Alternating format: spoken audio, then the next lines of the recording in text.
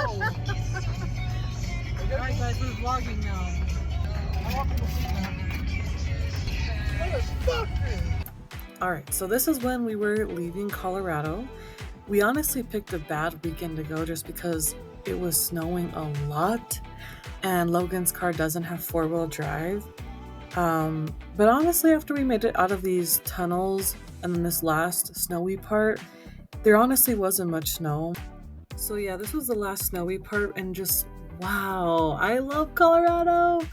And then yeah, this was actually my favorite kind of cloud. It's called a contrail, which is short for condensation trails that the jets leave behind. So yeah, our strategy, we actually left on a Friday. We drove about 4 hours to Grand Junction. So that's where the little sheeps were at the Airbnb.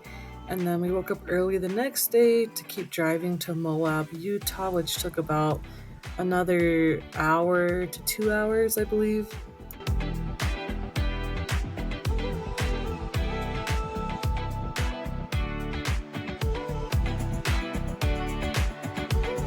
So first stop was Corona Arch. This was the beginning.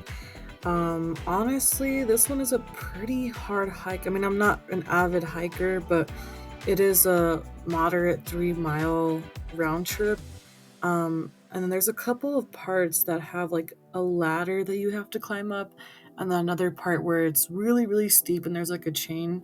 But yeah, honestly, the views are worth it. So if you can do it, I would say it's definitely worth it.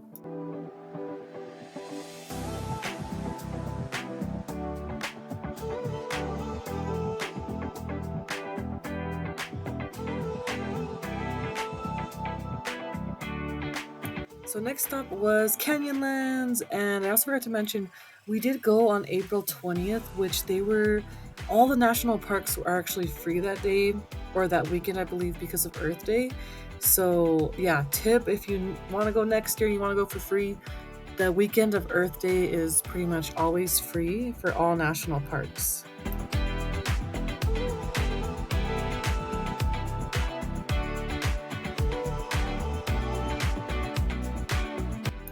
And then last stop before we headed home was back in Arches. I can't remember the name of this exact arch, but Logan said it was a scene of Indiana Jones, which I've never actually seen that movie, but hey, that's pretty cool. And then this part is just me playing with some sand, acting like I know igneous, metamorphic, and what's the other one? Sedimentary. And yeah, just playing in the sand. And after that, we headed home. It did take us like 8 hours to get home because we had to keep stopping because Logan kept falling asleep. So